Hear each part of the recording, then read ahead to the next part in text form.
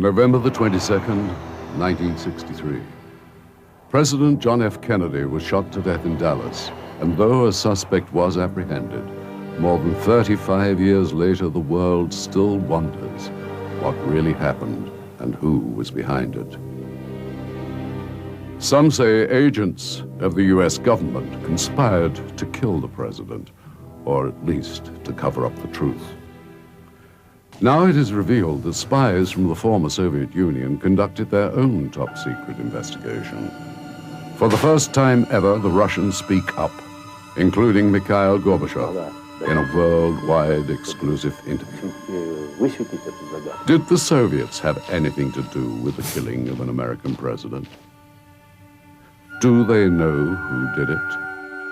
For the first time ever, Dealey Plaza is shut down and laser beams fired in the exclusive KGB ballistics test. Surprising revelations as we open the secret KGB JFK assassination files.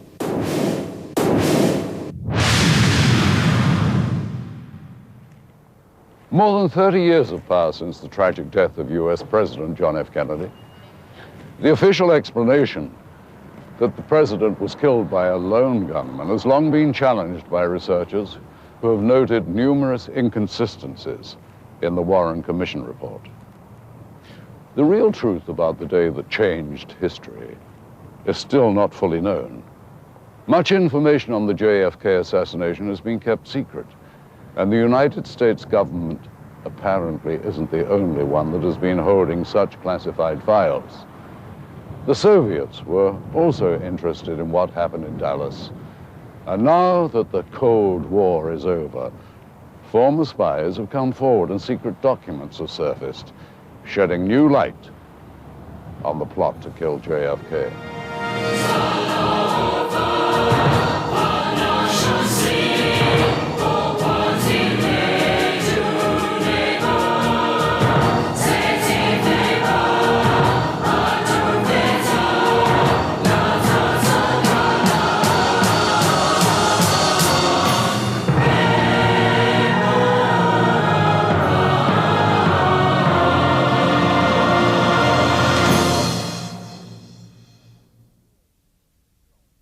The Kennedy assassination shocked the world.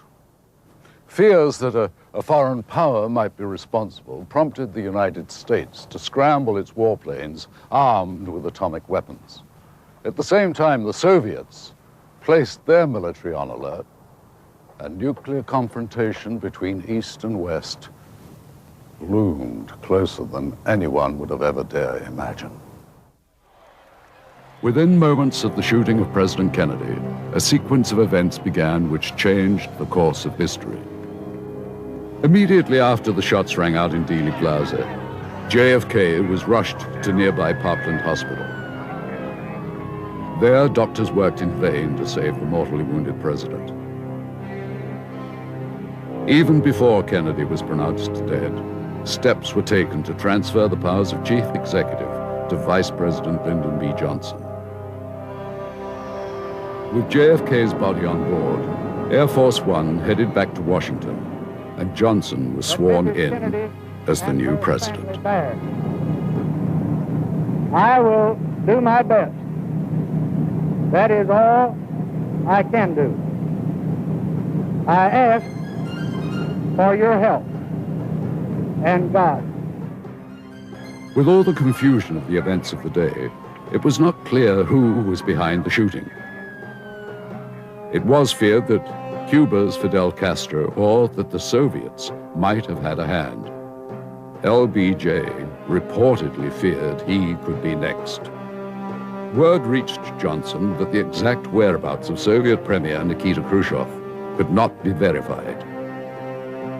This reportedly made LBJ even more suspicious of the Russians, and he placed US military forces on alert. The tense standoff of the Cuban Missile Crisis had ended only months earlier, and many suspected Soviet involvement in the assassination of President Kennedy. It shall be the policy of this nation to regard any nuclear missile launched from Cuba against any nation in the Western Hemisphere as an attack by the Soviet Union on the United States, requiring a full retaliatory response upon the Soviet Union. Once again, tensions between the two superpowers heightened, and the USSR countered American reaction by placing its armed forces on alert as well. Fidel Castro went on television in Cuba and stated that neither he nor his country was behind the shooting of JFK. Likewise, there is evidence that Khrushchev contacted the American embassy to deny any Russian involvement in the assassination. At the same time, Khrushchev was worried that he would be implicated, or that there might indeed be some Soviet intelligence connection to the JFK shooting, so he ordered the KGB to investigate. What the Russians found was kept locked in top-secret vaults until more than 30 years later, when the breakup of the Soviet Union ended the iron grip of the KGB. Since the days of the Tsars, a strong secret police has been an integral part of Russian government. After the revolution, the new communist rulers created their own state security agency, the predecessor to the KGB. Its purpose? To stomp out any dissension and to gather intelligence both at home and abroad. At its peak during the Cold War, the KGB was the largest espionage organization in the world, with over 300,000 agents stationed throughout the USSR and every other country on the planet. Above the agency was the General Secretary of the Soviet Union. In the early 60s, the head of the KGB reported directly to Nikita Khrushchev. It was said that what was Khrushchev's opinion was the KGB's opinion. One of the foremost missions of the agency was to keep the General Secretary informed. In Dallas, the authorities were also on a mission in search of the gunman who shot President Kennedy. The prime suspect, a temporary employee who worked at the school book depository, Lee Harvey Oswald. He was arrested just 2 hours later. There's no question that he was the killer of President Kennedy. Although he was quickly apprehended and later determined to have been the lone assassin, there are many today who believe that Lee Harvey Oswald could not have pulled off such a bold and nearly impossible act. In my opinion, was keen or was used as a shield, as a cover for any crime. But personally, in my opinion, it was impossible. When the Warren Commission was formed, I believed, as I guess most Americans did, that we would learn the truth about what happened, that this would be a thorough investigation. When the report came out, it was challenged by so many people who had read it, and I read it, and I didn't believe it. I believe that Oswald was guilty, but I didn't believe any longer that he was alone. Carl Day, a former lieutenant with the Dallas Police Department, was in charge of the crime scene. And received a call from the police dispatcher stating there had been a shooting here and was directed to come to this location. There were several officers in the building, and when I got on the 6th floor, there was a uniformed officer there, stated that in the southeast corner of the building, which is behind me here, they had found some spent cartridges. And they ran into Oswald on the 2nd floor at the bottom of the stairs in the northwest corner. That's the way he went down from the 6th floor here, where we are now. On the site of the former crime scene is a museum dedicated to the life, death, and legacy of John F. Kennedy. Gary Mack, archivist for the 6th floor museum, works in the same building that Oswald did at the time of the assassination. Oswald was employed here just as a worker. His job was to pick up orders and find where the books were, because the books were stored on 2 different floors. And on the opposite part of the floor, in the northwest corner, a rifle was found. The shells matched the rifle, and the rifle was matched to Lee Harvey Oswald. That, of course, does not necessarily mean he was the one that pulled the trigger, but it does indicate he probably was. The Soviets were way ahead of us in determining what happened. While we're busy running around worrying about Oswald and Ruby and the new president, they were already conducting a top-secret investigation into the killing in order to prove that they had nothing to do with it.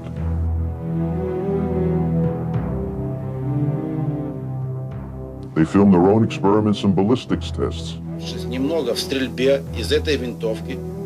They're unbelievable. They figured out 35 years ago what took us a long time to learn. Это доказывает, что Освальд мог бы произвести 3 выстрела за имеющееся время. At the time we were here, we did not have a suspect. I didn't know anything about Oswald. And while we were working here, the officer got killed in the Oak Cliff section, which is about roughly 2 miles from here. And a little while later, he was arrested in Oak Cliff in connection with that shooting. So it all began to fit together. The man was waiting on the 6th floor here as the president went by. He shot him, stashed the gun between some boxes back there, and went on down the steps on the 2nd floor. Oswald was taken to the Dallas City Jail and was charged with the death of Officer Tippit and President Kennedy. Oh, I think it's a man that planned this murder weeks or months ago and has laid his plans carefully and carried them out and has planned at that time what he's going to tell the police that are questioning him at present. The authorities immediately started gathering evidence linking Oswald to the crime and made it available to the public. The world's press immediately began reporting details of Oswald's ties to the Communist Party. Some say that the Soviet leaders ordered the all-out investigation into the assassination for purposes of public relations. The idea was to avoid the implication that they had masterminded the killing of an American president. At the time, General Oleg Kalugin was a KGB spy undercover in the US as the Moscow radio correspondent to the United Nations. We were instructed immediately. We were all summoned to the residency, KGB station, and Colonel Ivanov, at that time, he was a colonel. He gave us the directive from Moscow, an urgent, top priority, to go around town, pick up anyone in the street, United Nations diplomat, US officials, US citizens, and tell them that we all are so sorry that the president of this country was assassinated, that we have nothing to do with it, that this is some sinister forces, maybe a right-wing conspiracy, maybe mafia, but we in Russia, in the USSR, we had highest respect for the President of the United States. The KGB, once the most pervasive espionage force on the globe, now was forced to turn its attention to the acquisition of materials pertaining to the JFK case with the goal of preserving its own world image. Plus more than 100 diplomats, plus some 50 GRU officers. We were all tasked with one mission, to impress on the American public we had nothing to do with assassination, that in fact we deplored and denounced this kind of terrorist act. This film footage was smuggled out of Russia and is part of the KGB's top-secret investigation conducted in 1963. Never before seen in public, this amazing test film was used to brief the highest-ranking members of the Kremlin on the facts of the Kennedy case. Coming up next. The tests on this film are astonishing for the time. This intelligence, along with what they already had on Oswald, was extremely revealing. When the secret KGB JFK Assassination Files returns.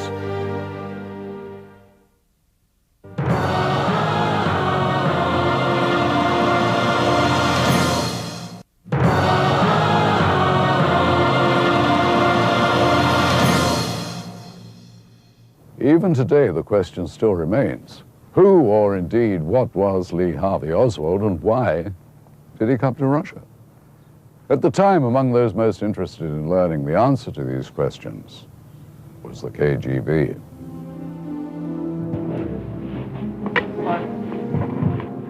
However, neither the Soviets nor anyone else would have a chance to fully hear from the only man who could explain who or what Lee Harvey Oswald really was. Well, I was questioned by a judge. However, I protested at that time that I was not allowed legal representation during that very short and sweet hearing. Sunday, November 24th, 1963. Exactly 2 days after the assassination of President Kennedy, his alleged killer, Lee Harvey Oswald, is transferred under guard to the Dallas County Jail. Mr. Oswald, how did you hurt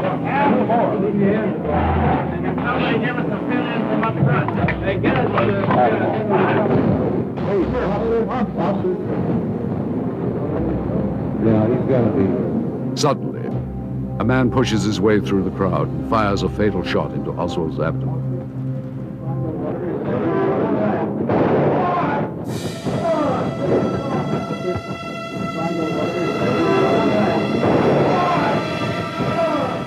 Police quickly subdue his assailant, Dallas nightclub owner Jack Ruby.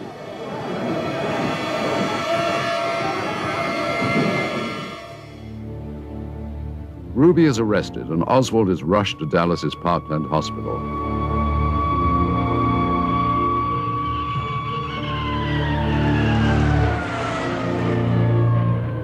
Ironically, President Kennedy was taken there just 2 days before. His wounds are extensive. As doctors try to save Oswald's life, the authorities try again to get him to confess. Neither succeeds. Oswald dies on an operating table just a few hours after being shot. The world is shocked at the loss of the only man who may have explained the senseless death of President Kennedy. But I mean, those are subtlety. We just don't know. In fact, what was going through Oswald's mind. He was murdered 2 days after the assassination, so we never got to learn anything from him, except the fact that he denied doing it. I do request someone to come forward to give me a legal assistance. Others say Oswald was conveniently silenced before he could go to trial. Having his day in court would have given Oswald a chance to prove his innocence and give the world some possible answers to the many unanswered questions. Of course, he never had a chance to testify. There was never a hearing. We never heard from Oswald except when he went from one hallway to another in the hands of the Dallas police saying, "I'm innocent." Whatever secrets Oswald may have told went with him to his grave. His death, shocking as it was, still gave many Americans the closure they needed to put an even more shocking event behind them: the death of a president.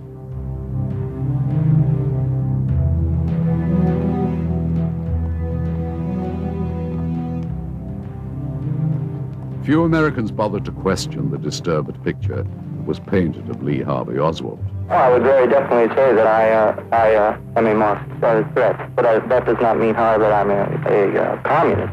We never once considered that, hey, maybe the guy really didn't do it. We needed someone to blame, and it was him.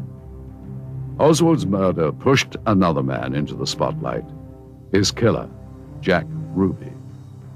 But who was Jack Ruby? He's been shot. Lee Oswald has been shot. Ruby's important. He killed Oswald in the Dallas police building in the basement. How did he get in there? He had a very close association with the Dallas Police Department. Jack Ruby was a Chicago native known for his violent temper and his alleged mob connections that stretched from Chicago to Dallas. His only successful business venture, the Carousel Strip Club, was said to have been mob-controlled. But just as Ruby had associates in the mob, he also had friends in the Dallas Police Department. It has been reported that the gun that Ruby shot Oswald with was bought for him by a Dallas cop. Did his police connections make it easy for Ruby to get close to Oswald? Or was he just in the right place at the right time? First of all, the security was terrible.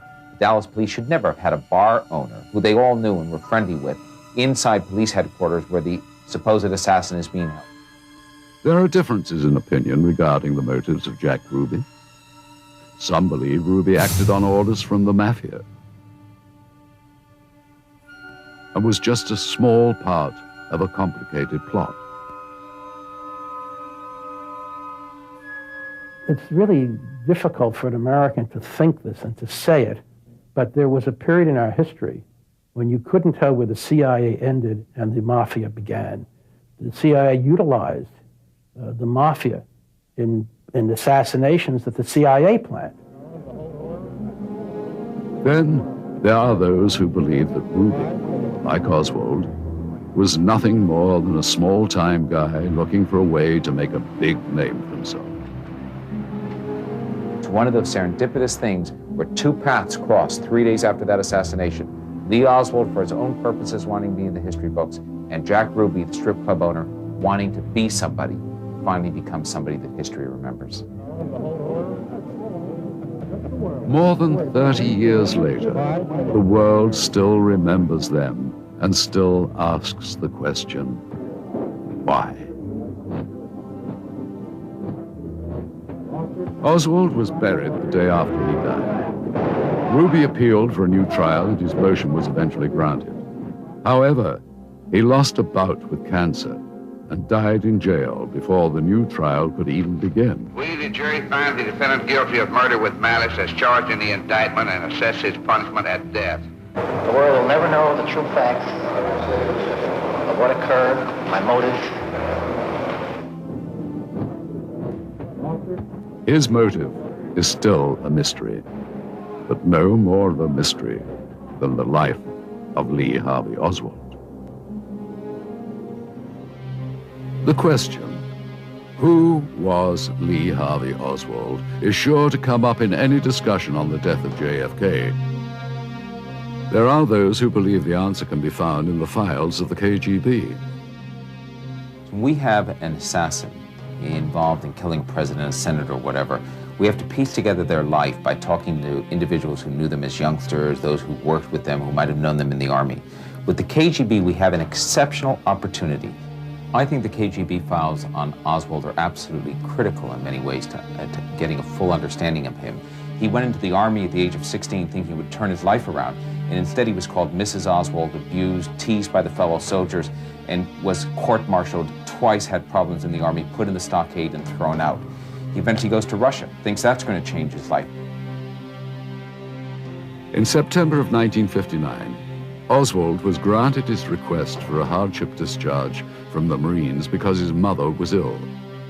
However, a month later, he arrived in Russia on a 6-day visa.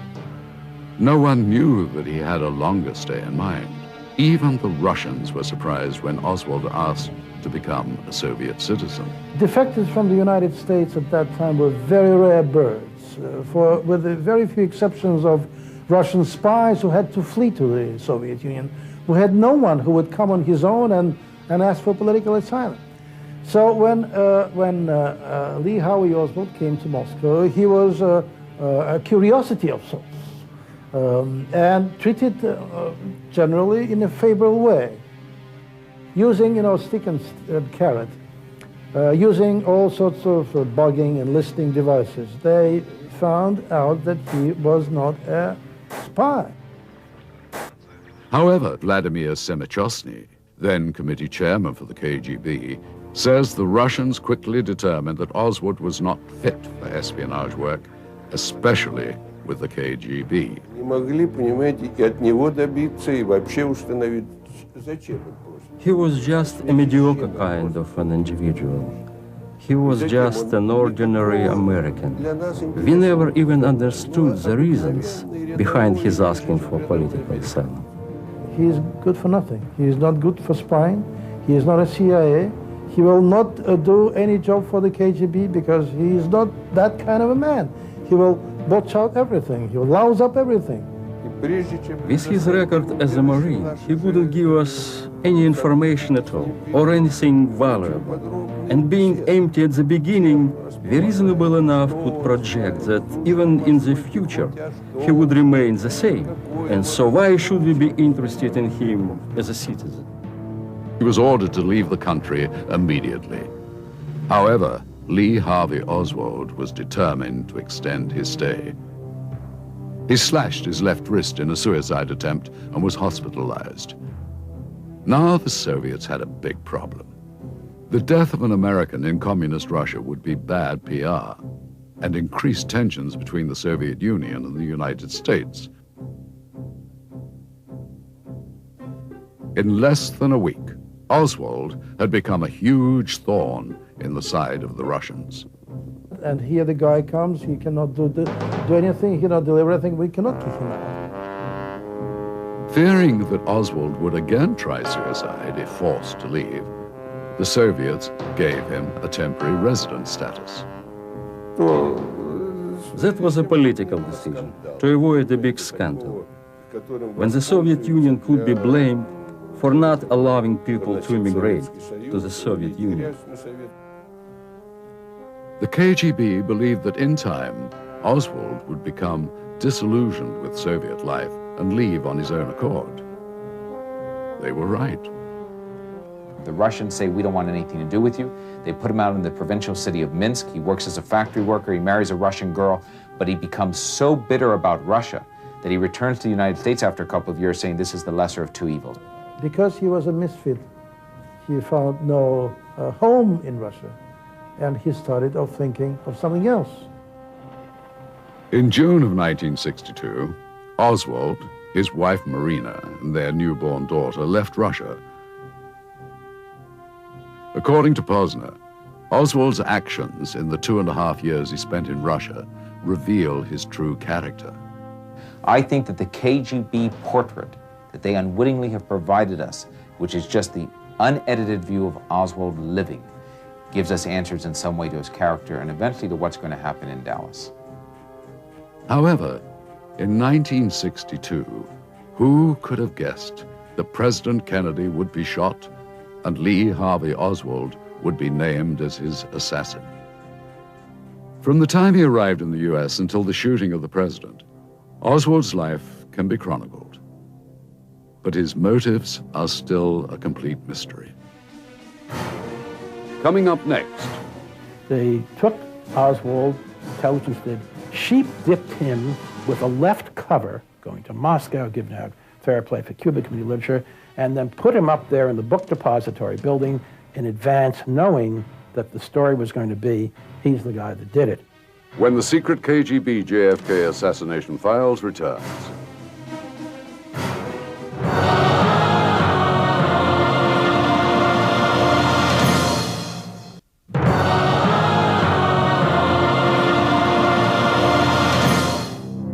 In October of 1962, Oswald moved his family to Dallas and found work.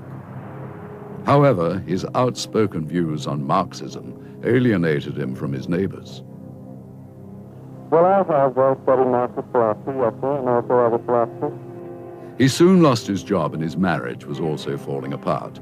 By all appearances, Oswald was no more successful here than he was in Russia. When he returns here, it's one failure after another. He can't hold a job. He can't do anything right.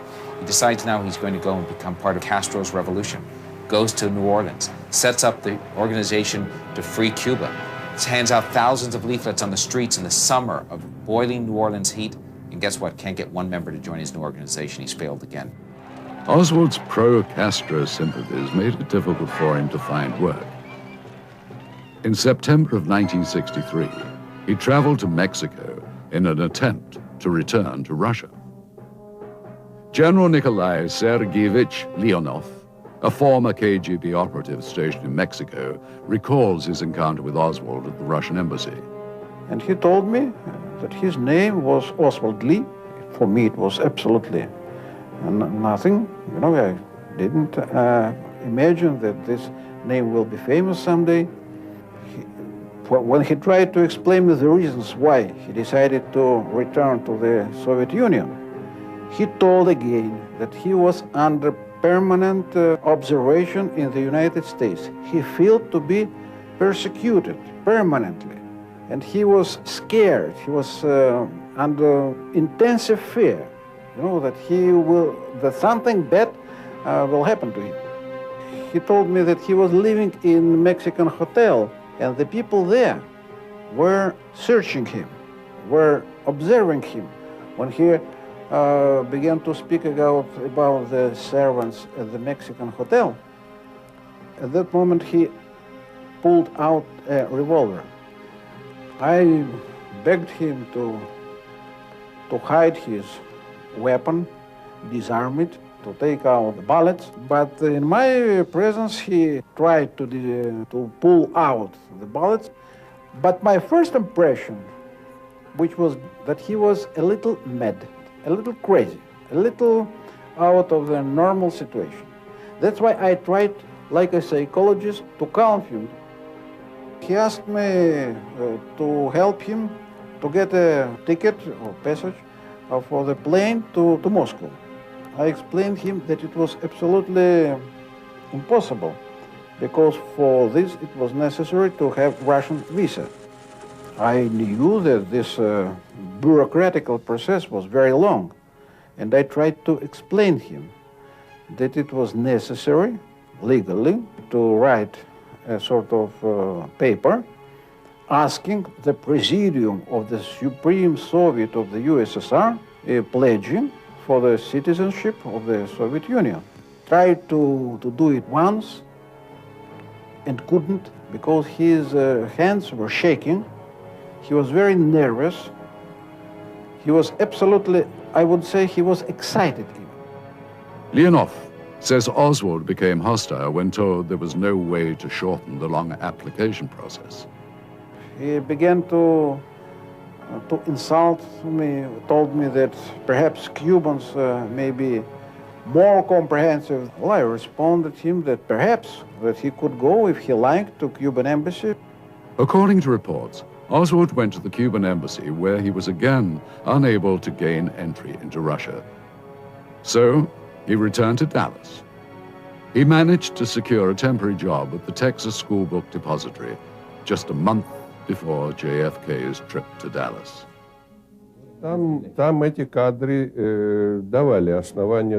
Judging by the footage, it did look like the shots had come not only from the rear and out of the window somewhere in the book depository, but also from the front.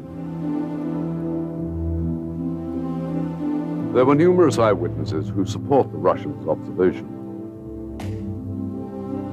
They say shots came from the front, from the area known as the grassy knoll. We all four seen about the same thing as the shot. The smoke came from behind the hedge on the north side of the plaza, and a motorcycle policeman dropped his motorcycle in the street with his gun in his hand and run up to the hedge. I went north to look around the corner to see if there's anyone behind the hedge, and met Special Agent of the Katy Railroad, and I walked along with him to see if there were any tracks there, in which there were tracks and cigarettes butts where someone had been standing on the bumper. When you do an analysis of the whole area, in terms of what people said to the FBI, what they said to the Dallas police, what they said to the Dallas Morning News, what they said to me on film, you put that together, the vast majority of everybody in Dealey Plaza said shots came from behind the wooden fence on the grassy knoll. However, others dispute the eyewitness accounts. Turns out that most modern ammunition is smokeless, but in addition, I went back and looked at their original testimony. None of them say there was smoke from a gun fired on the grassy knoll. They say instead they saw some smoke from the exhaust of a police motorcycle that pulled over there immediately after the assassination, which is visible on the film. The discrepancies over the president's exit wound fuels the debate over a conspiracy. Dr. Robert McClelland was part of the medical team that tried desperately to save the president's life. That part of the skull was empty, right? There was no brain in that part of the skull, which was, I would say, the back corner of the skull that I could see. If the exit wound was in the rear of the president's head, as every witness said it was, it means that the shot came from the front. If Lee Harvey Oswald or anybody fired from the depository from behind, and anyone else fired from the front, there's two people involved, and that means conspiracy. However, Kennedy's autopsy photos contradict statements from McClelland and other Parkland doctors. Some believe the doctors are simply mistaken. I always ask the question, what is the best evidence? The best evidence about where the wounds are on the president are the autopsy, x-rays, and photographs. If those are not forgeries, and they've been tested every way to Sunday to show they haven't been tampered with, then they show us precisely in photographs where the wounds are. Others, such as forensic pathologist Cyril Wecht, believe the photos are fakes. The published autopsy photos and the x-rays do not appear to be consistent with what we have been told by more than 24 doctors and nurses who saw the president in the emergency room at Parkland Hospital. These people all described a big gaping defect in the back of the skull. I can't shed light on these things except to say that there is no question in my mind that additional photographs were taken. Wecht also says the entire handling of the president's autopsy raises questions of a conspiracy. First of all, the autopsy should have been done by the medical examiner in Dallas. That would have been in compliance with the laws of the city and county and with the state of Texas. There was no legal basis whatsoever for the body of JFK to have been removed from that jurisdiction. Dr. Rose, who was on our pathology faculty and whose specialty was forensic pathology, and he was a highly expert person in this area. And according to Texas law, as he told the people who were removing the casket, they could not do that because it was against the law and that the postmortem needed to be done here. Some large person who was up at the front, I understand, literally picked Dr. Rose up under the armpits and set him to one side and told him to stand there. And they proceeded out the door. Secondly, the autopsy then, wherever it was to be performed, should have been undertaken by the most skilled forensic pathologists in the country. The point I make is that these top people were excluded because they all shared one common flaw: they were civilians. Wecht and others also questioned whether a single bullet could have caused the wounds to Kennedy and Governor Connally. Connally had 5 wounds: the back of the chest, the front of the chest, the back of the right wrist, the front of the right wrist, and then the left thigh.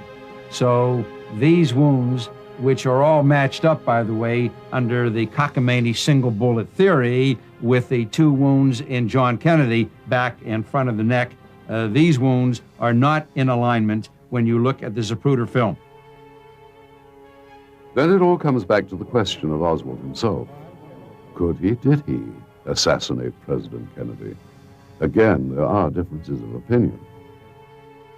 Well, in my opinion, the first impression that it was a very well-planned assassination in which participated more than one people. In my view, politics plays part of it. Lee Harvey Oswald wasn't really as much a communist as an anarchist, but he's striking out and putting himself in the history books, and he does that successfully 35 years ago. We were given a profile of Oswald as this loner, this crazy loner, violent, hated President Kennedy, like that. And nobody challenged it, not till years later. When individual researchers started talking to people who knew Oswald, they said, well, no, he admired President Kennedy. He had always said he admired President Kennedy. Wherever you see Oswald, you see intelligence footprints. And that is not to say, in my view, that Oswald was part of the intelligence scheme to kill Kennedy. They took Oswald, intelligence did, sheep-dipped him with a left cover from Moscow, given out fair play for Cuba community literature, and then put him up there in the book depository building in advance, knowing that the story was going to be, he's the guy who did it. However, after numerous investigations, the government maintains its official position. A lone gunman, Lee Harvey Oswald, is responsible for the death of President Kennedy.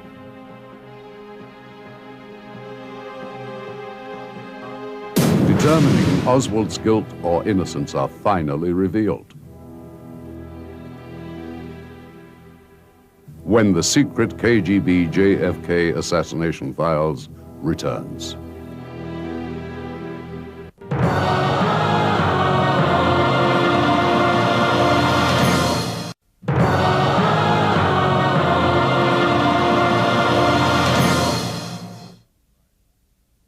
When high-profile crimes occur in Russia, top forensic scientists work on solving the cases at the National Crime Lab in Moscow.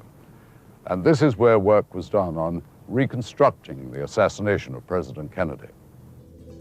Two of the top Russian authorities on crime scene ballistics have examined various films, documents, and photographic evidence relating to the JFK assassination. Lieutenant Colonel Nikolai Martinikov and Colonel Felix Vyskobov are the chief and director of the Department of Ballistics for the Russian Federal Police. We have done a study with the help of special equipment. It can be clearly seen that an oval-shaped explosion goes forward. This couldn't happen if the shot came from the front. If there is a small firearm injury at the back of the head, then it could not be an exit wound. The injury at the exit is always bigger than the one at the entrance, due to the law of physics. Had there been several injuries, it would have been a different situation. But there is just one wound, and it's cone-shaped, so there is no question that the shooting was done from the back. In my opinion, the president and the governor were shot with 2 bullets. There could have been one shooter or 2 shooters. On the windshield of the car, there are 2 fractures caused by firearm shots from the rear. If they came from the front, they would have gone straight through the glass.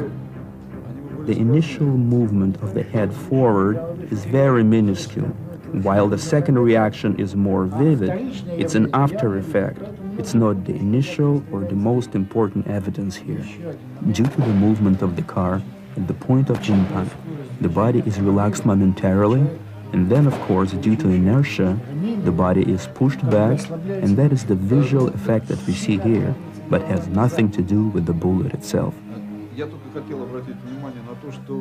We also would like to note that on the basis of our analysis, we cannot confirm that it was Oswald who did the shooting.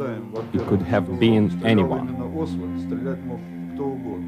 I believe that one person could have fired this amount of shots without difficulty, especially if you take into account the statement of Oswald's wife that on several occasions she caught him aiming the rifle through the window, recharging the rifle as fast as he could. First of all, according to the data in the possession of KGB, Oswald trained for a long time with the weapon. So after a long period, he could finally fire several precise shots within a short period of time. Also, we shouldn't forget that the first shot was aimed at the head. However, the first bullet hit the neck area. It was a miss anyway. According to the data, the shot in the head came in as a third, or maybe even as a 4th shot. There is no unanimous opinion as to how many shots were fired. We cannot totally exclude the possibility that the bullets that hit the president and the governor were not found, and the bullets that were found had been planted. Neither can we confirm that the shots were made from this rifle and with the bullets which were found in the car, since the bullets were not extracted from the body. We cannot exclude the possibility that a group of shooters might have also been positioned in front. But seeing that the president was hit in the head, and this is the fatal wound, of course, they might not have been engaged because they had seen that the president had already been hit. Of course, there is another possibility that they took the shot and missed. Newly uncovered evidence proves the KGB conducted its own testing during the early 1960s to verify the likelihood of a single gunman theory. This startling footage, smuggled out of Russia, was shot during those tests. The narrator states that the test's purpose was to determine whether or not 3 precise shots could have been fired within 6 seconds. The targets were located at approximately the same distance as the president's car during the 3 shots. One shot at a distance of 50 meters, the second at 100 meters, and the third at 110 meters. Having done some training with the rifle, the shooter managed to hit 2 or 3 targets consecutively in less than 6 seconds. This demonstrates that Oswald could have made 3 shots during the given time. Compelled by the Soviets' results, we decided to test the rifle's abilities ourselves. The weapon recovered at the Kennedy crime scene was a Mannlicher Kakano that showed considerable wear. The Kakano uses a high-powered cartridge, a full metal jacketed bullet that travels in excess of 2,000 feet per second, a very effective sniper's ammunition. But the rifle itself would not generally be the sniper's weapon of choice. Its biggest drawback is its bolt action, which must be cycled after each shot. As the bolt is pulled back, the firing mechanism is cocked, requiring a considerable amount of force. At the same time, the spent shell is ejected. All of this forceful pushing and pulling not only wastes precious seconds, but also disrupts the shooter's rhythm, as the gun must be repositioned and re-aimed after every shot.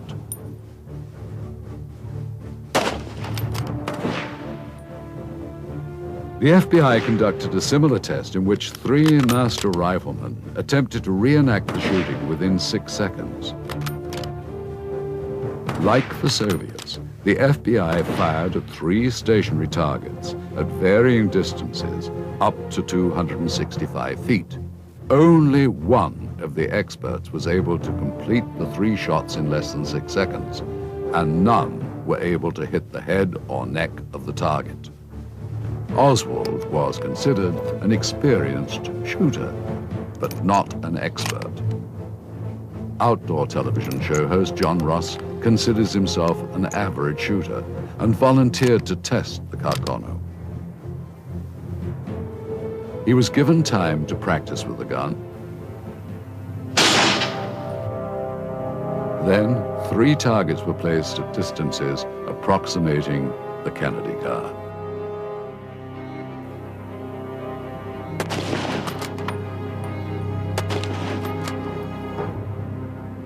He attempted the series of 3 shots 6 separate times.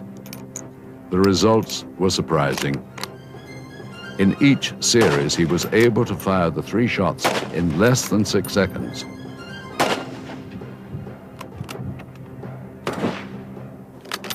At the 2 closest targets, each headshot was accurate, and on the furthest target, he was able to hit the head or neck area 3 out of 6 times.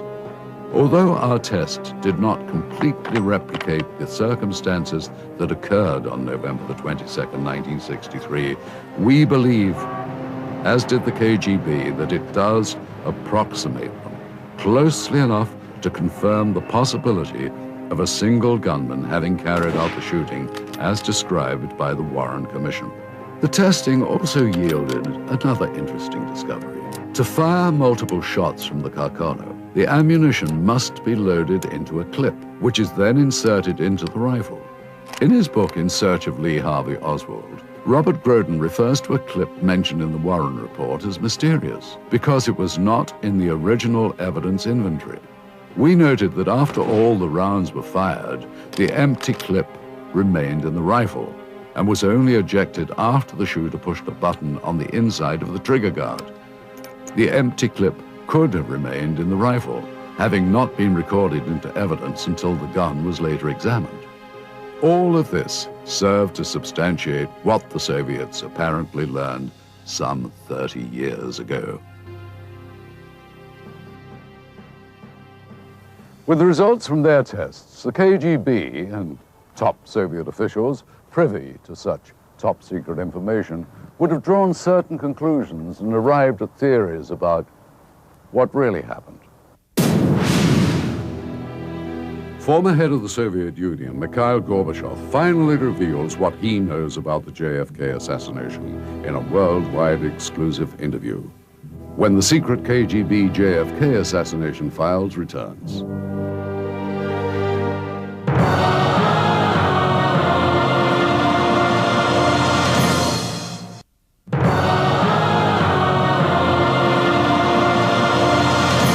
With the collapse of the Soviet Union, the ensuing chaos left previously well-guarded materials less secure.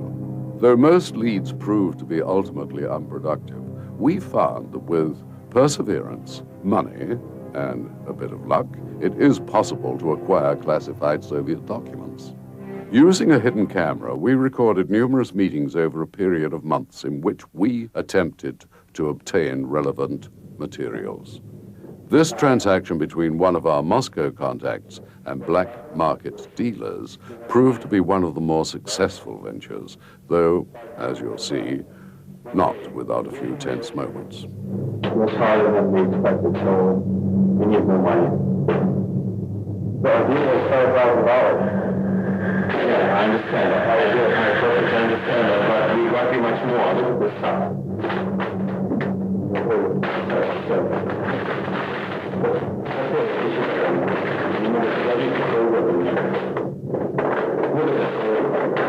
Authentic stuff.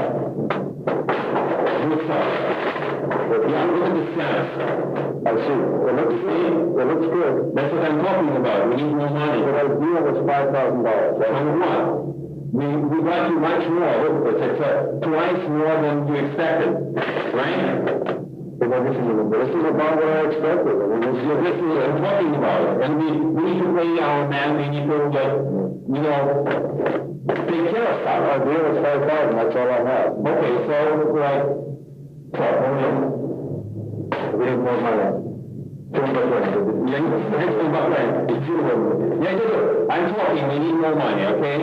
Like we can get, okay, let's do that. Like give us $5,000 and that's okay, and the rest you can be like tomorrow or the next day, like whatever. $5,000 is our deal. That's it, I can't do that. This is all I have. Okay, so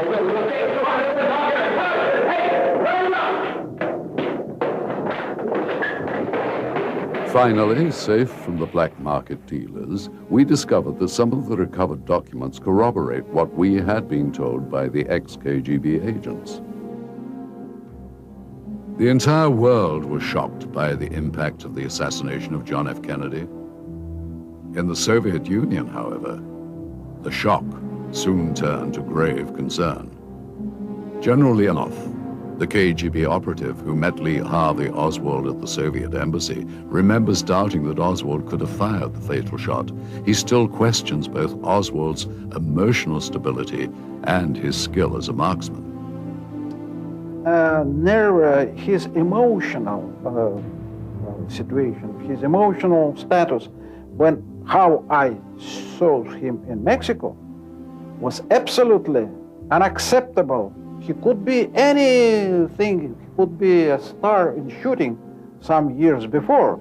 But at that moment, I mean in September, he was absolutely unfit for this sort of sports, absolutely unfit.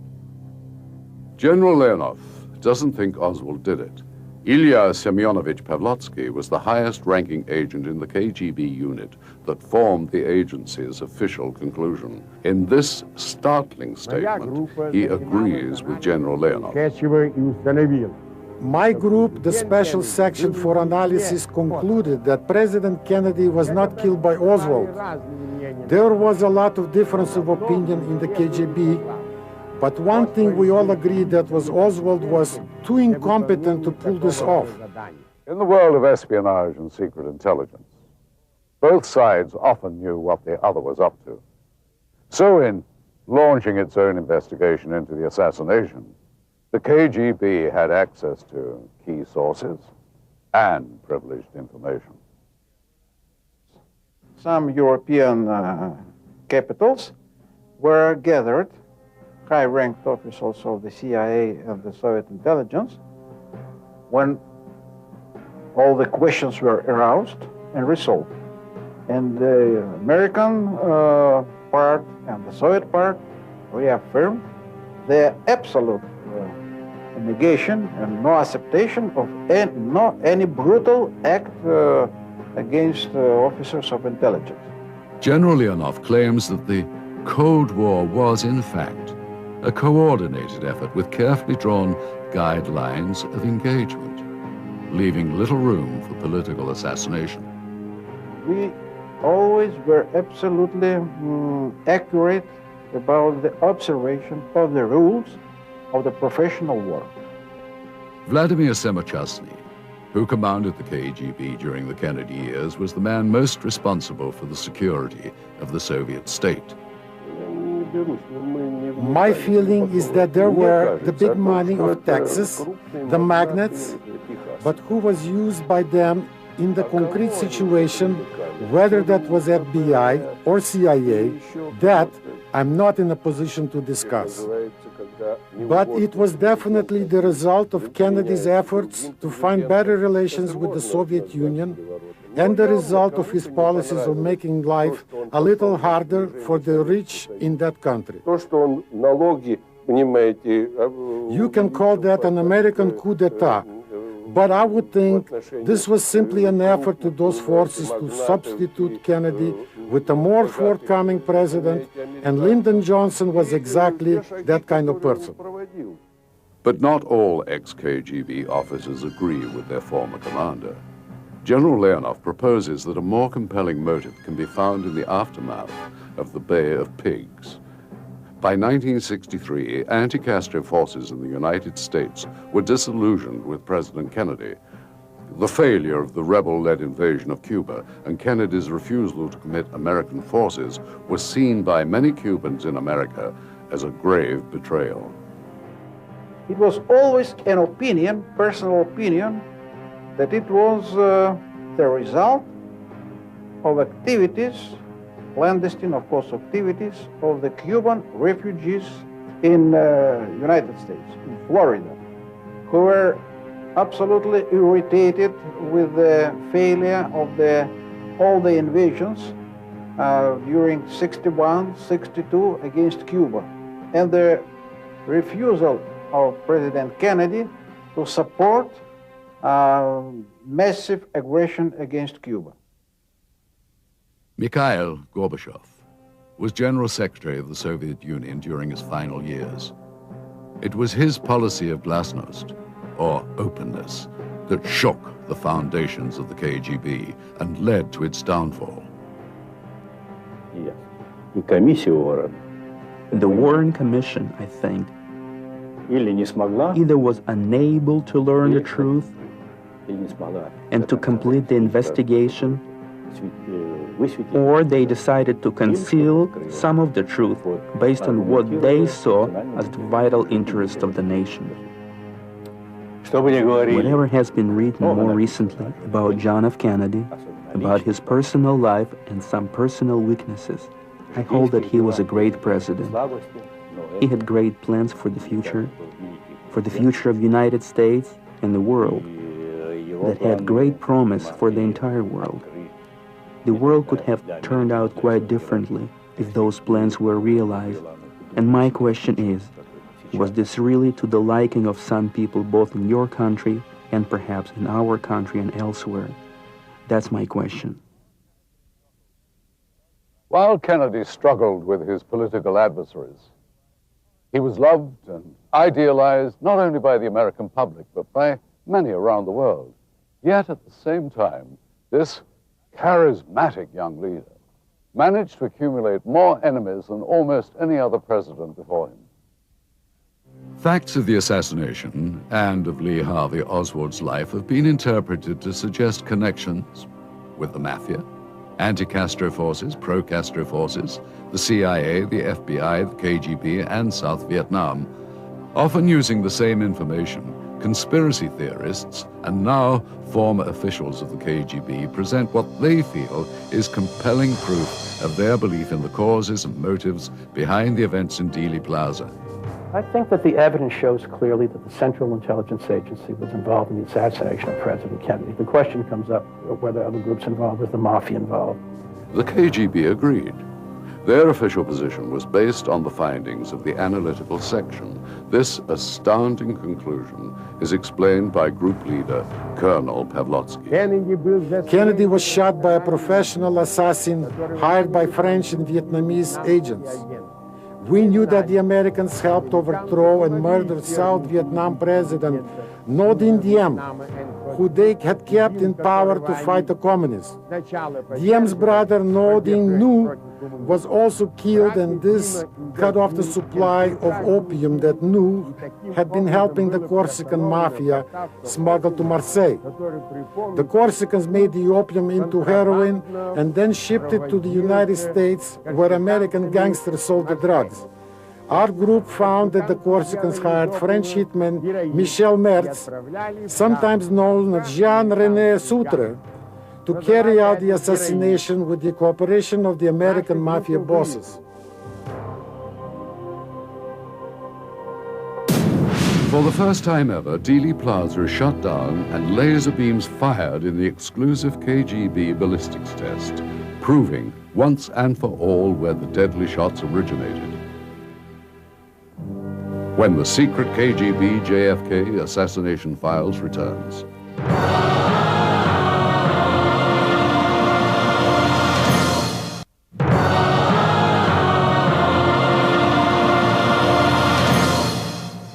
In the course of our Russian investigation, we discovered an intriguing opinion published by a leading ballistics expert for the Ministry of Internal Affairs.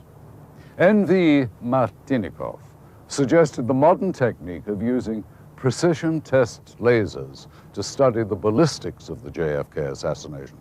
It appears as though something has happened in the motorcade group. Dealey Plaza, November the 22nd, 1963. The Dallas newsman, Mel Couch, happened to look up at about the 5th or 6th floor of the Texas Book Depository. He said he saw the rifle being pulled back in. It's official. As of just a few moments ago, the President of the United States is dead.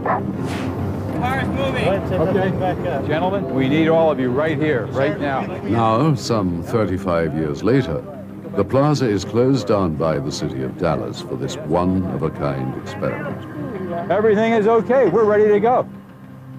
Shoot your laser.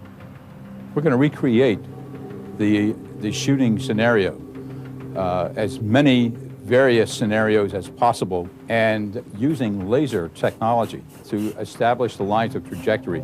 I would like to determine one more favorable or one that seems to fit better. Anthony Larry Paul has over 30 years of experience in crime scene reconstruction, serving as ballistics instructor for the FBI as well as the Philadelphia and Los Angeles police departments. In order to achieve this test, we had to compile a team of recognized experts. The team was comprised of our laser expert, Mr. Heinz Thamel, Dr. Vincent DiMaio, who has an impeccable reputation as a forensic pathologist, Mr. Robert Groden, who is a photographic expert and has done a great deal of research in the John F. Kennedy assassination, and Mr. Ronald Singer, who is a criminalist and certainly has a great deal of expertise in crime scene reconstruction and in the area of criminalistics. Yeah, I see the beam. I see the beam in the shadow. I see it in the shadows. Heinz Tummel, a pioneer of laser engineering, was the first scientist to conceive of laser sighting for the weapons industry some 30 years ago.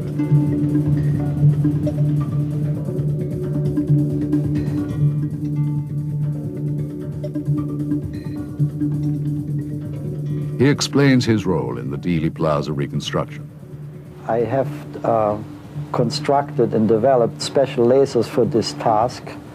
Some lasers were done in such a manner that we can determine the trajectory of the bullet to locate the point where the bullet would originate and terminate, for that matter.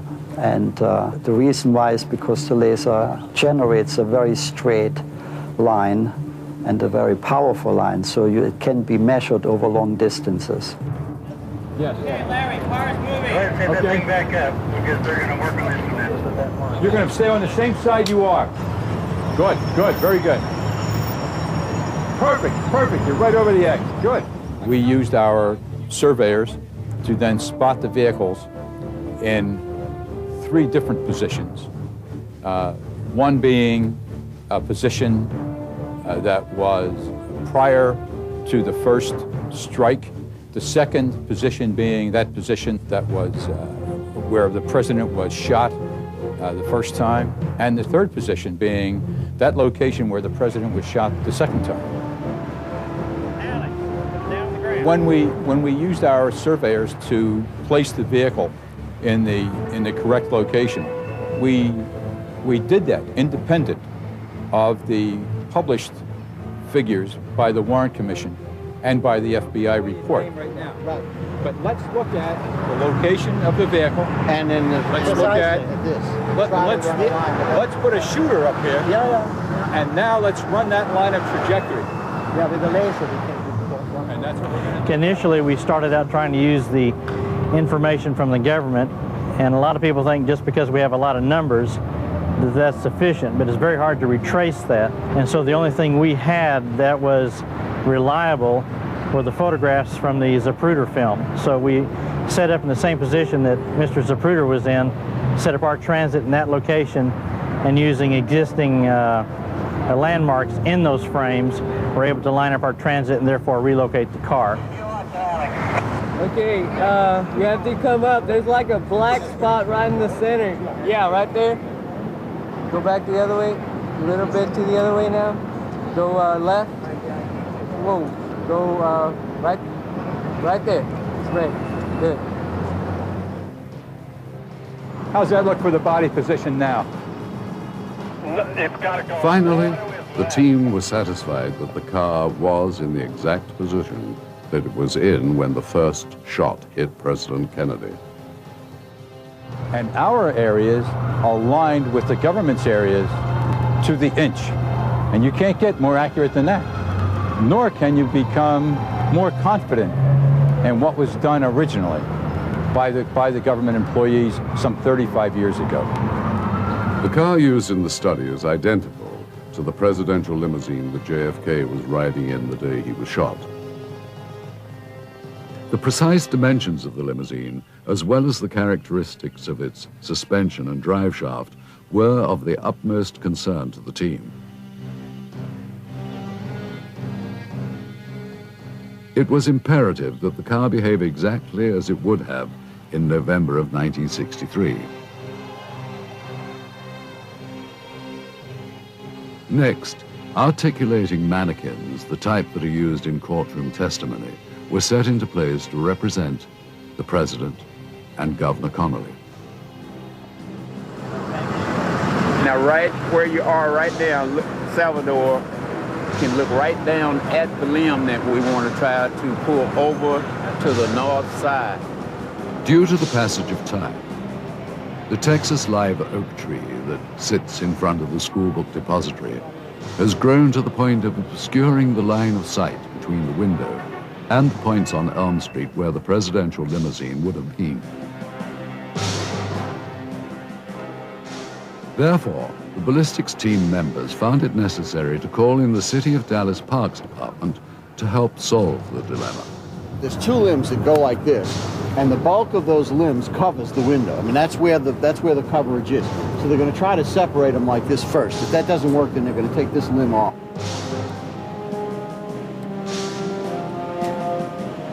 Ronald Singer is the chief criminalist for the Tarrant County Criminalistic Laboratory, a premier independent crime lab based in Fort Worth, Texas.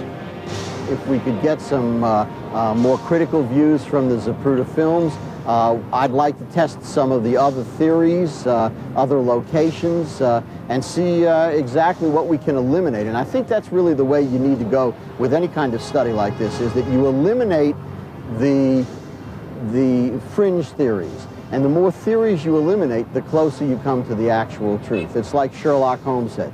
Once you've eliminated all of the impossible, all that's left is the truth. The bullet will usually flip and travel backwards, you know, with the base falling after a certain point. That's pretty much arbitrary. But I'm not no, that is wound ballistics.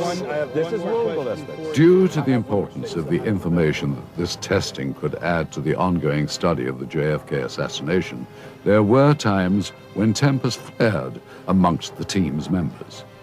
Reaching unanimous agreement at times seemed impossible.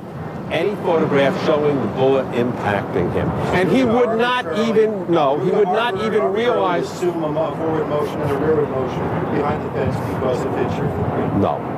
What we're saying is that when you take into account the trajectory, you take into account the wounds, this is in all medical probability, in all reasonable scientific probability, the way the bullet traveled and what it did. Now, you can say, well, is this possible? Is that possible? He could have been shot by somebody hanging from underneath a flying saucer with a ray gun. Yeah, that's possible. As the chief medical examiner for San Antonio, Texas, Dr. Vincent DeMaio's reputation in the forensic pathology field is unsurpassed. He has authored textbooks and medical papers that have set the standard for his field.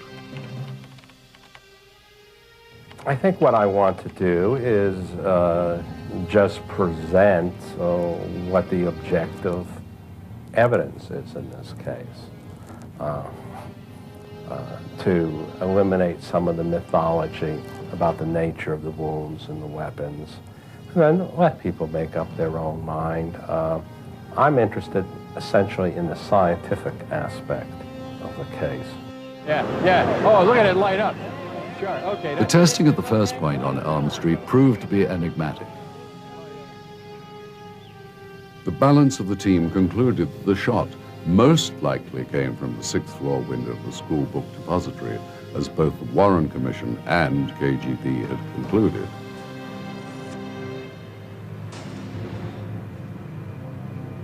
We finally got it.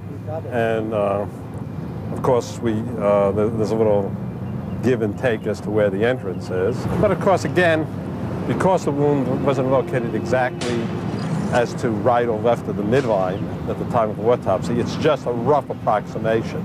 Robert Groden, however, believed the shot could have been fired from another position, suggesting that there might have been a second shooter. I see it in the Coming shadow. up next. Yeah. Oh, look at it light up. Perfectly on axis. Give me 6 more inches. Gets us about right on. There it is. Christ, that's the 2nd floor of the Daltex building. When the secret KGB JFK assassination files returns.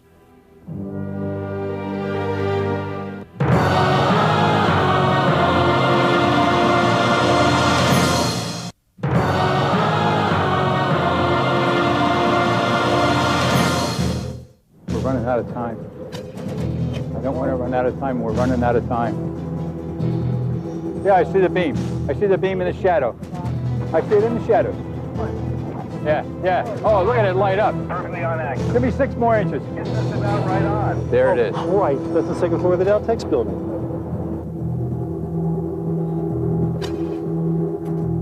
The testing at the first point on Elm Street proved to be enigmatic. The balance of the team concluded the shot most likely came from the 6th floor window of the school book depository, as both the Warren Commission and KGB had concluded. We finally got it. And of course, there's a little give and take as to where the entrance is. But of course, again, because the wound wasn't located exactly as to right or left of the midline at the time of the autopsy, it's just a rough approximation. Robert Groden, however, believed that the shot could have been fired from another position, suggesting that there might have been a second shooter. One of the most significant things that we were able to do with this testing is to find that there is additional confirmation for a suspected firing point that has been suspect now for well over 30 years, and that is the 2nd floor of the Dow Tex building. If we look at the line of trajectory where the president has been shot, 3 degrees of rotation puts that shot in perfect alignment with the 6th floor school book depository room. 3 degrees out puts that projectile in the 2nd floor area of Dow Tex building. Unfortunately, there is no hard evidence or tangible proof that there was ever a shooter located in that 2nd floor area. So if we go back to the physical evidence, everything points to the 6th floor as being a location of the shooter. Just drift a little bit. That's it. Come on over. Drift a little over. Once testing was completed at the first position, the automobile was then moved into place to test the fatal head wound to President Kennedy. The team had come to the opinion that the shot originated from the back of the president. And that was based on the blood splatter, on the eruption of the spray of blood, and on the examination of the remaining portions of the skull. This is consistent with an exit because you've got a high-velocity missile. The only type bullet that will produce so extensive a network of fractures in the skull is a bullet traveling at a very high velocity, okay? A rifle bullet, essentially. So when it comes in, it makes usually a relatively neat hole, and when it comes out, it produces a very large exit, especially if the wound is very superficial. Actually, if the wound is deeper, like from here to here, the exit wound is smaller, because the force generated by the bullet going through the brain can be absorbed by the whole head. Here, it's kind of like just ripping off the top of the head. So when you see at the exit, you'll see blood and tissue ejected in a cloud, a very a mist-like cloud, pink in color, and this is vaporized blood. And the little droplets are all less than a millimeter, just tiny. And so you have a kind of cloud of blood. And this is what the motorcycle riders later rode into. They rode into the cloud of blood. Robert Groden, once again, was not convinced that the shot was a back-to-front wound. No, see, everything that we've come up with on our side of the argument for all these years, everything is being totally ignored here. No, everything. Because what you're saying is that he's buckling at the instant that he's shot. That's not what happens in most people. Most people are shot and some passage of time, and then they react. But we're not talking about knowledge or reaction, we're talking about transfer of momentum. We're talking about the bullet striking him and making him buckle. No, that's make-believe. That's right. That's Arnold Schwarzenegger pictures. If I took a body, hung it from a line, straight, took a 12-gauge shotgun loaded with 12-gauge slug, double-O buck, and shot that body in the chest, it's not going to move at all. Once it was determined that it was a back-to-front shot, the trajectories were then plotted. And the trajectories went back to that 6th floor window, the school book depository. Having tested the positions as outlined in the Warren Commission report, the team then moved on to testing alternate theories. The idea, the hypothesis of more than one headshot has been around and accepted by leading experts in the field of the assassination for decades. That is, that more than one bullet would have been used to cause this much damage in the president's head. And with all the witnesses in the plaza that were aware of shots coming from the front, it makes sense. Right now, we have Mr. Groden, who is setting up his line of trajectory with an opinion that possibly the shooter or one of the shooters could have been located or could have been positioned on the grassy knoll. For the most part, the grassy knoll was eliminated because it was in the incorrect position to establish any accurate lines of trajectory to either of the victims of the shooting. And secondly, there's a very large sign that would have prohibited a shooter from being located in a large portion of that grassy knoll. I don't, I don't see it. It doesn't appear to me that that's... Do we have other areas that we want to take a look at? Other possible locations of shooters? There's one other. There are others. You know what? We're going to set up... The other one would be the one that has been hypothesized down at the corner where the stockade fence meets the cement. From that location, you would have an ideal place for a shooter to be located. However, that would have meant that the windshield would have been shot out of the vehicle, and the trajectory was incorrect once again. And another theory that was tested was the shot originating from the location of the storm drain. That location was quickly dismissed as the shot would have had to have been very, very quick. There would have been no opportunity to aim the firearm. The window of time was minimal. As a result, although the trajectory was okay, nothing else lined up for the team, and that theory was quickly dismissed. Finally, the testing was complete. Even though the team members were in agreement that they could have remained in Dealey Plaza for weeks, they had made some significant headway in the analysis of the case. Well, I think the first thing that I would say is that I'm very pleased with what we did. I actually got more out of it than I expected that we would when I first got involved in this. I think the best thing that we did was that based on the laser trajectories that we shot from the grassy knoll area, as well as from the area of the overpass, I think we plainly showed with good, sound scientific evidence that there couldn't have been a shot there that hit President Kennedy in the head. Based upon the testing we've done over the last couple of days, and the autopsy and the photographs and x-rays, which I had a chance to look at, I would have to say our test is in agreement with the findings of the government. I find it fascinating that both of the laser tests that we did led back primarily and initially to the second floor of the Dow Tex building. Both of the shots came from there, and that spot has always been a suspected firing point going all the way back to 1964. Our mission was to establish the facts based on physical evidence. And when we based everything on the physical evidence, our location came back primarily to the 6th floor school book depository. This does not preclude the possibility of other shooters. There could have been numerous shooters in that area. The location was an ideal location for an ambush.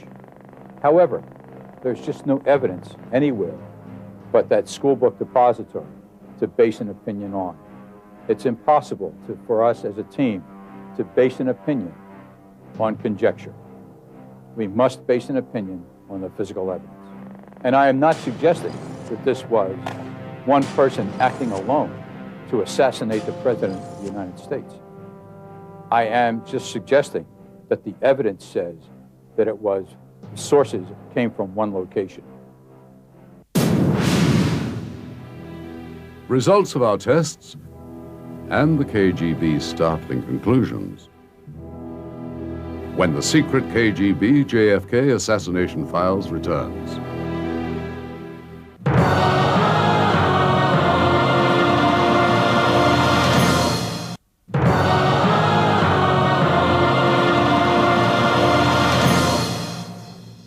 With the findings of our American experts recorded, Lieutenant Colonel Nikolai Martinikov and Colonel Felix Viskobov of the Russian Crime Lab viewed the videotape of the Dealey Plaza reconstruction.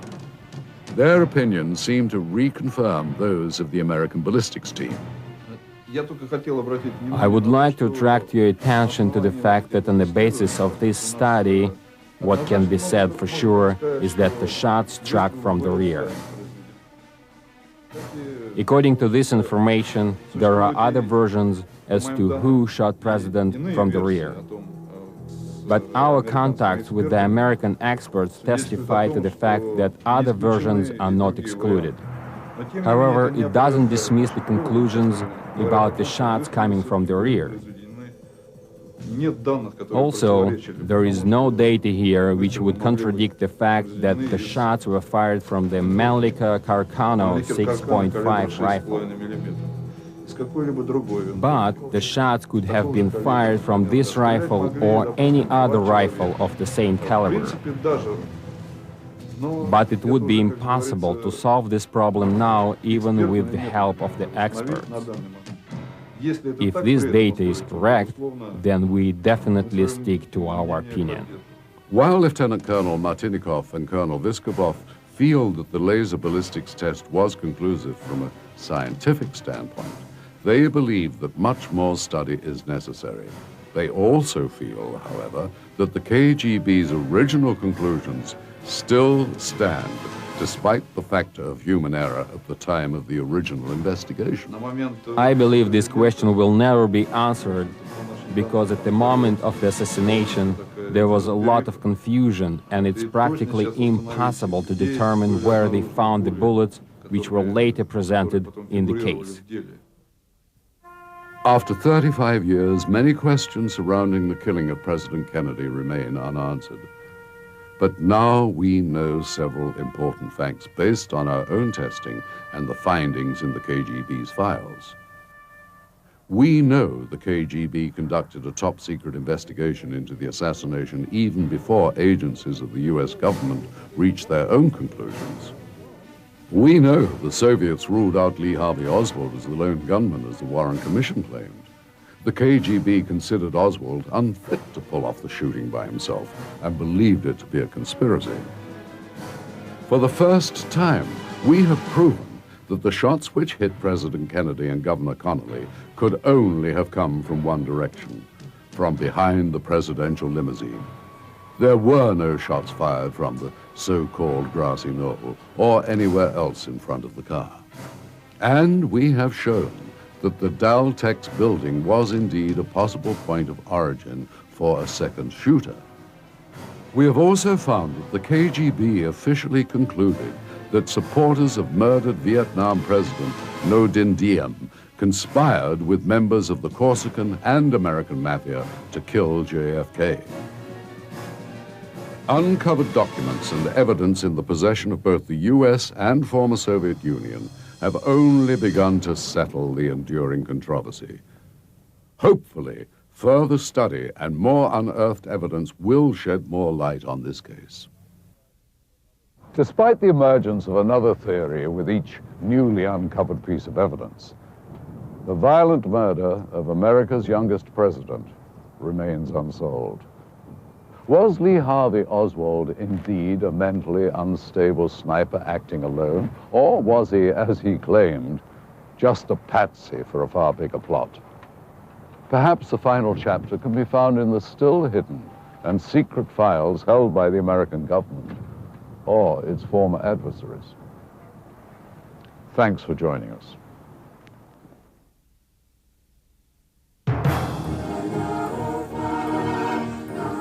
Just see,